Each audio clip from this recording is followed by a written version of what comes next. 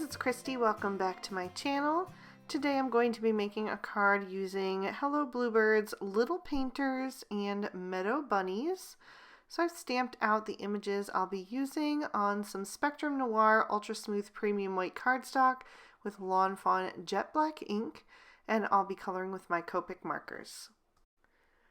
I'm starting with my bunnies, and I wanted them to be really soft, kind of buff colored bunnies. So I'm using E50 and E51, just the two shades, because I'm going to leave a lot of white space for a nice bright highlight on them. So I'm using that E51 to lay in some shadows, any place that I think that they should go, kind of shading them in the direction that they're sitting so that their darkest shadows are along the back side of them and the highlight is on their faces. And then blending that E51 out with the E50, and then using my colorless blender to smooth the transition from the E50 into the white areas. And I'm going to color my other bunny just the same. I'm just going to flip the light source so that the shadows are also on his back so I can keep his face nice and light. I like to do that because it just draws more attention to their adorable features. So for the scene today, the light source is going to be directly in the center of the card. So now that I have that, I'm going to add a little bit of pink tone, kind of color in their noses, give them some rosy cheeks, and color in the insides of their ears. And I'm going to use RV10 and RV11 for that.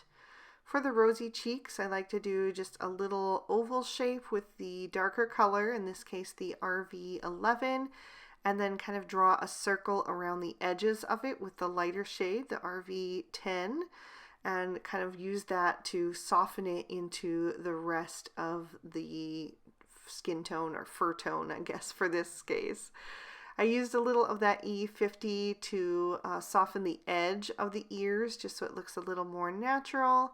And then I'm going to bring in E53, E55, and E57. I'm going to use the E57 to color in the handles of all of the paintbrushes. And then I'll use all three of those shades to color in the top of the paintbrush, the little bristles. So I added just a tiny bit of that E57, and then I'm blending that out with the E55, and then I'll use a little bit of the E53. I'm not going to bring that color all the way to the tip because I want to add a different color to that later on. For the paint palette that is in the hands of the bunny on the right, I used E41, E42, and E43. I wanted that to be kind of like a wood tone, but I didn't want to use the same browns that I had used for the bunnies or the paintbrushes. I wanted it to kind of stand out on its own, so I thought these kind of duller browns would work well for that, and that way the colors of the paints that I'm going to add will really pop against that. I did do a second layer because that E43 got a little bit washed out on the edges. So I wanted to add just a bit more contrast. And then I'm going to do the paint cans with C0, C1, and C3. And I'm going to add my shading on both sides, again having that central light source on there. And that way the center will look really nice and shiny. So I did a little line of that C3 from either side. And then I'm going to blend that out with the C1. Leaving a wide gap in the center so I get that really nice highlight so they look metallic and have a really high sheen to them. And then I'll use that C0 and bring it toward the center. I'm still going to leave a little bit of white space in the very center of those. Then for the insides, I just used a little bit of C1 on the edge. So now that I got all of my neutrals taken care of, I can start to add in some color. I'm going to start with some hot pinks using RV13, RV14, and RV17. And I'm going to color the bow of the bunny on the left. I'm putting that darkest, the RV17, where that fabric would be gathered at the back of the bow. and then blending toward the edges with the lighter two shades. I'm also going to use those to color in one of the sections of the Easter egg. So I just picked one at random, and I'm going to color it the same way that I did the paint cans, putting that darkest color, the RV17, on the outside edges, and then blending out with the RV14 and pulling that color toward the center. I'm really working over the edge of that RV17 because it is quite a bit darker than the RV14, and I want there to be a nice smooth blend between those shades. Then I'll use the RV13 to break up the edge of the RV14 and fill in the white space in the middle. And then I'll also color in one of the little dabs of paint on the paint palette. Next, I'm going to color my little chick, and I'm using Y13, Y15, and Y17, adding some shading down his back with the Y17, also underneath that paintbrush where that would be casting a shadow on the lower part of his body. And then I'll come in with the Y15 and begin to blend that out.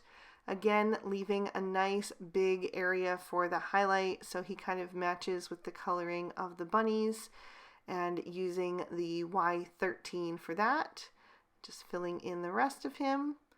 And then I'm also going to color in some more of this little Easter egg. I did the center of the flower that is on the top, and I'm also going to do one of the butterflies. For that, I'm putting the darkest shade closest to the body and blending lighter and lighter as I get toward the tips of the wings. And of course, I will add another little dab of paint on the palette. And then I also decided to do the bottom section of the Easter egg so that the very top and the very bottom would match. So again, I'm just adding that darkest color on the outside edges and blending toward the center with the mid-tone, and then filling in with the highlight shade. I'll use YR4 to color in the chick's beak, and then I'm moving on to an Aqua combo. I chose BG10, BG11, and BG13. So I'm using the BG13 as my darkest. I picked another section of that Easter egg to color in. I chose the one with the tiny little flowers in it. So I'm using the BG13 on those two outside edges and pulling that color toward the center with the BG11. The BG11 and the BG10 are very close in tone, but there is enough of a difference that it makes a nice little bit of highlight there between those two shades. BG10 or BG11 are probably my favorite Copic marker color. I just really love those super soft aqua tones. I did decide to do a second layer because I just felt like the saturation was a little lacking in comparison to the brighter hot pink and the brighter yellow. So that just helped a little bit with that. And then I did another section on the paint palette. I'm also going to add some of that color to the tip of my paintbrush for the bunny on the left. I just used the BG13 for that. And then I wanted a little bit of a darker aqua combo, or a turquoise. So I picked BG53, BG45, and BG49. So the BG53 is actually lighter than the other two shades, so that's going to be my highlight. And I did the ribbon around the throat of the bunny on the right. I also did another paint little drop on the palette. And then I'm going to do another section on that Easter egg. I'm going to do the one in between the pale aqua and the hot pink to kind of transition into that lighter color. So I put the BG49 on the outside edges, and I'm blending that out with the BG45. I can already see that that transition isn't quite as smooth as I would like, so I'm going to do a second layer right away. Just adding that BG49 again and blending out with the BG45, And then of course using that BG53 in the center for the highlight. I also wanted one of the colors in the paint cans to be this darker turquoise, so I'm going to fill in the inside of that and then also add a few drips down the outside of the paint can. But I didn't really like the way that they looked just the way they were. I felt like they needed an outline.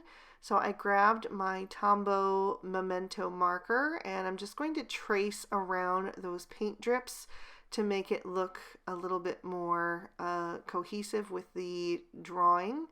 The first one I had was dry, so I threw that one in the trash. I have a new one now, so I went and grabbed that, and I'm also going to draw some lines in the other paint can so I can go ahead and just fill that in when I'm ready for it. I went back to my BG10 and added a little color to all of the flowers on the eggs. And then I'm moving on to my purple combo. I'm using V12, V15, and V17. I'm going to do another little blob of paint and also fill in the paint in the other can with those shades. And then of course I'll do another section on the Easter egg, the final section. So I'm using that V17 on the outside edges. This one is a really dark, bold, beautiful indigo purple shade. And then I'm going to go over the edge of that with the V15. And I have to really work at it because this one is quite a bit lighter. So I'm going to just scribble over the edge of that V17. You can see that it's getting pushed back a little bit and creating a line where that V15 pushed the V17 away. So again, I'm going to do a second layer to smooth out that transition, and I'll even do a little bit of tip to tip action here to kind of bridge the gap there and just create that nice seamless blend that I'm going for. And then I'll go back to my V12 to fill in the highlight area. I'll add some purple paint to the end of the little chicks paintbrush, and then I'm also going to color in the other butterfly with these shades. So just again working over the edge of that. The colors blend a lot better on a small section like these little butterflies, so I didn't have to go over that a second time. I'm going to take a black jelly roll pen and go over the eyes of each of my critters to bring them back to life and make them super shiny and bright. And then I'll trim these images out with their matching dies. For the background, I've got a piece of Bristol Smooth Surface cardstock, and I'm going to scribble some Zig Clean Color Real Brush marker on an acrylic block. Pick that up with a paintbrush and then spread that on my cardstock. The green that I used was 047 May Green, and I want it to be darker kind of in the center and then fade out as it gets toward the edges and just become really loose and organic there, kind of not really have some, defined edges. I want it to be really soft.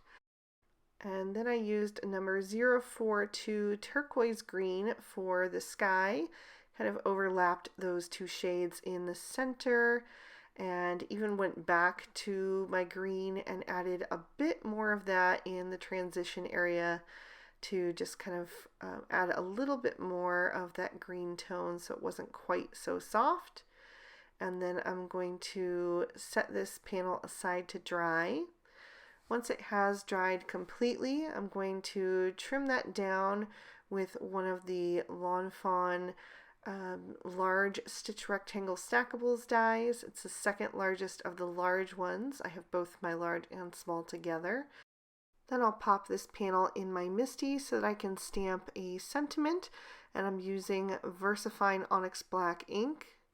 And I just stamped the tiny little sentiment that says hello because my scene was going to be pretty full and I didn't have a lot of room for a larger sentiment, so I thought that little one would be perfect.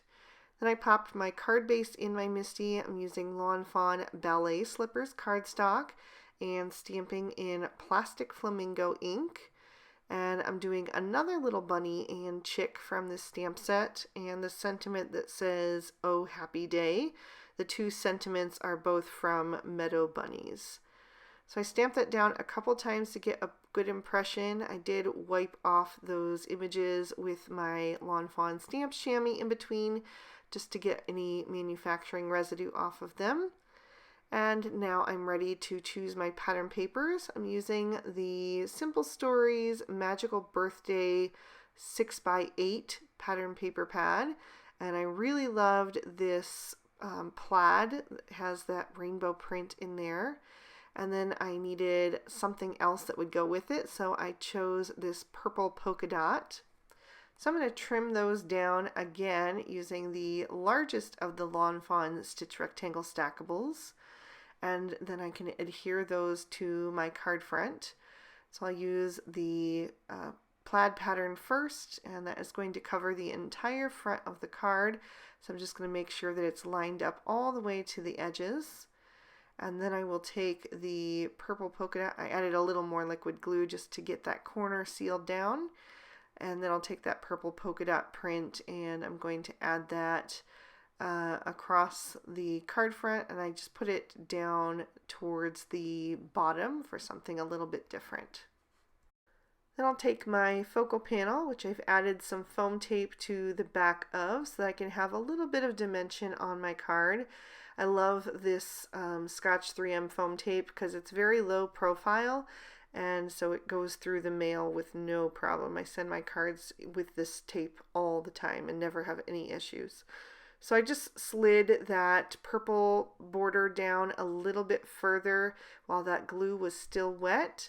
And then I'm going to line up that panel on the card front. I didn't have it quite straight at first, so I just adjusted that a bit.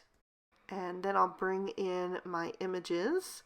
I'm going to start with the Easter egg because that's kind of the central image on my scene here. I'm just kind of lining everything up and seeing where I want it to go first, and then I can take that and glue that down. I wanted it to be a little bit towards the higher point of the center, just to give me some room down below for some of the other images. So I'll have the bunny with the palette over on the right hand side, and his little brush with the yellow paint is painting on that yellow stripe on the Easter egg. And then the bunny on the left, his brush kind of matches up with that darker turquoise stripe. So that worked out perfectly. Then I'll add the paint cans down below, and I'll have my little chick with his paintbrush dipping into the purple paint. So that all worked out so great. I actually didn't even plan where those paintbrushes were going to line up. It just worked out perfectly. So then I just have these two little butterflies from Meadow Bunnies that I wanted to add to kind of fill in the top part of the scene. So I added the purple one over on the right hand side, and then the yellow one is going to go up near the sentiment on the left. And then I decided to pull out an embellishment that I haven't used in quite some time, and that is glossy accents. So I'm going to add a dab of that to each of the little dots of paint on the palette. I'm also going to add it to the paint that is in the paint cans and running down the sides. So that's going to dry perfectly clear and just give everything a nice shine.